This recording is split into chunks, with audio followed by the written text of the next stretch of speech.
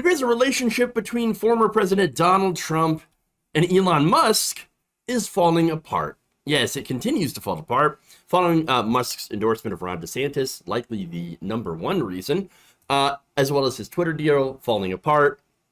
Trump took the opportunity to call him a bullshit artist, which is hilarious because, again, this is the literal pot calling the kettle. I want to show you that video, by the way, because it's just hilarious in a bunch of different ways. Leon, I tell you what, Elon is not going to buy Twitter. Where did you hear that before? From me. From a fake account. She says fake. A lot of them. Nah, he's got himself a mess. You know, he said the other day, oh, I've never voted for a Republican. I said, I didn't know that. He told me he voted for me. So he's another bullshit artist, but he's not going to be buying it. He's not going to be buying it. Although he might later. Who the hell knows what's going to happen? He's got a pretty rotten contract. I looked at his contract. Not a good contract. But he's not. Sign up for truth. We love the truth. And it's doing good. Elon. It's good. I love it. So now look, Breitbart also jumped in. This is actually creating a really funny fight on the right wing between, weirdo crypto tech bros that love Elon Musk and also like Donald Trump. That's fun. Now, Breitbart published a headline, Trump rips Elon Musk, another bullshit artist.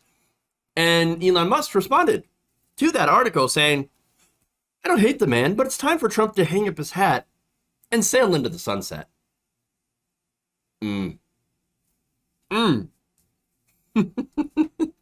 All right. I enjoy that. Now, he also says, Dems should also call off the attack. Don't make it so that Trump's only way to survive is to regain the presidency. So, look, that's interesting. That second part, for me, maybe I'm wrong on the meaning of that, but to me, that makes me think of the Democrats going after him over January 6th. I mean, to me, that also suggests that Elon Musk doesn't actually care about Donald Trump's attempt to steal democracy. Because that's what the January 6th hearings are all about. He said nothing about the evidence presented by the committee, especially from Cassidy Hutchinson. The fact that he very likely, again, there's evidence that he did witness tampering in that case, which is a crime. If they're going to get anybody for if they're going to get Trump for anything, they're going to get him on witness tampering. Or at least they could, assuming Merrick Garland gets off his ass. So now, Donald Trump sycophants, of course, don't care. They'll tell me all the time in the comments, oh, nobody cares about January 6th. Yeah, look at some of the polling. Oh, fake polls, fake news. They don't care. Elon bros and, MAGA chuds. There's a weird overlap between those two groups. And I'm sure that's making a lot of them very, very uncomfortable right now because they don't know who to side with. It's like, daddies, stop fighting, please. And again, it also makes me think about all the right-wingers that are pro-Trump that are always calling out to Elon Musk, Daddy, Elon, please save me because Twitter wants to ban my account for saying horrible things about trans people. Now, Musk also went after Trump's age. That's fun. He says Trump would be 82 at the end of the term, which is too old to be chief executive of anything, let alone the United States of America. Okay, look, on that one, broken clocks, not a bad point. Kind of agree on that one. Yes, we should stop electing fossils. I mean, there are literally people that are in the Senate that are losing their mind. Not in a figurative sense. I mean, in a literal sense, to where they no longer remember the meetings that they're in, the conversations that they're having, and by that, of course, I mean Dianne Feinstein, which is not to make fun of her. This is an incredibly sad story that she's still, still has good days, still has bad days, or not still has bad days, but has bad days. And so people like that need to retire. You shouldn't be a million years old and serving in Congress. So, okay, that's a fair point. I'll give that to him. Now, for Trump, I'm actually going to give him something too, because again, here is broken clocks again. Q, the worst person in the world, making a good point. Trump wrote this on True Social. When Elon Musk came to the White House asking me for help on all of his many subsidized projects, whether it be electric cars that don't drive long enough, driverless cars that crash, or rocket ships to nowhere. By the way, good band name, Rocket Ship to Nowhere. Without which subsidies he'd be worthless, and telling me how he was a big Trump fan and Republican. I could have said, drop to your knees and beg, and he would have done it.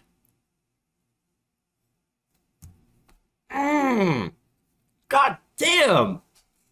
Look, let him fight, okay? Let him fight. I love it so much. Oh, look, when Donald Trump isn't mocking disabled people, saying horrible things about women, or destroying democracy, he actually can be quite entertaining. And I'm going to be completely fair about that, because he's a clown.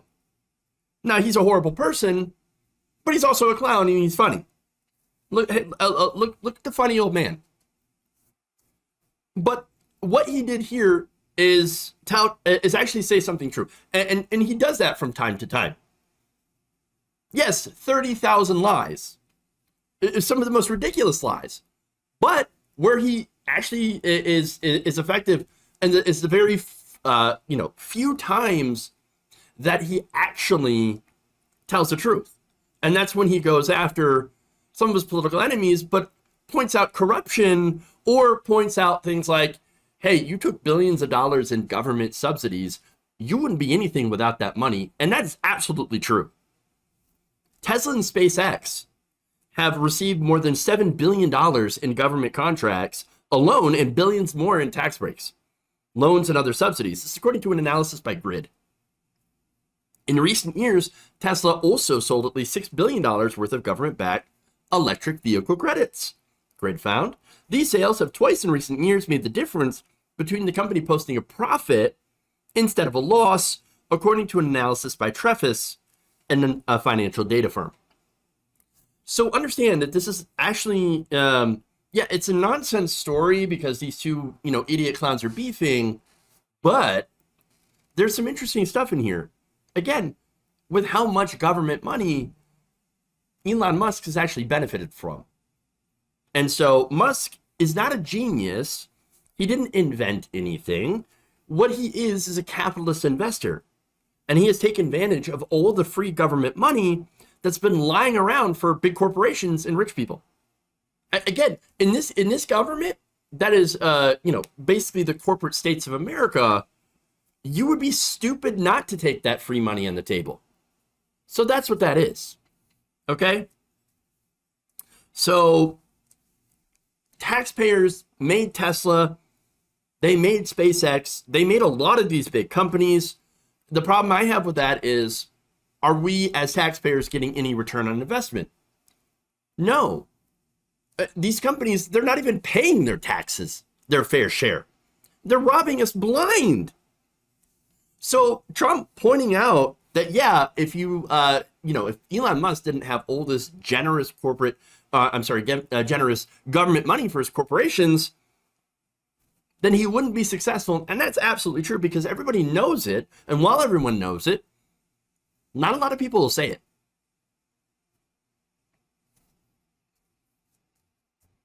How dare they offend the great Elon Musk and his hordes of fanboys? So now Trump also went after Musk for the Twitter deal.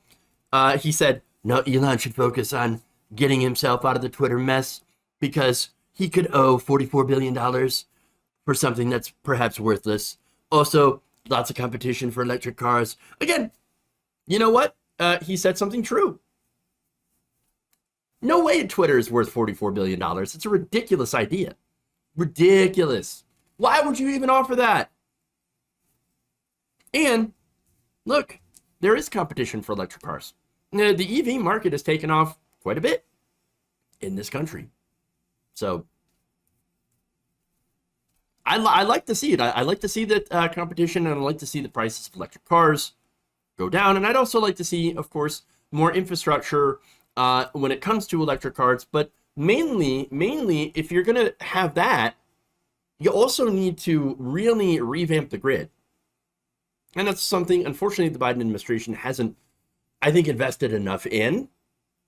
We need to completely change the grid and get us away from fossil fuels. But again, that is a different conversation for a different time. Now, Musk, by the way, is also being sued by Twitter for trying to pull out of the deal. But again, Twitter, never worth $44 billion. And Musk, I'm going to guess that he doesn't really have the money. I mean, yes, if he cashed out a significant portion of his Tesla stock and SpaceX stock, then he could be able to come up with it or finance it in some ways, borrow money, of course, from different banks. You know how rich people tend to be able to find money wherever, right? Again, there were banks that would loan Donald Trump money.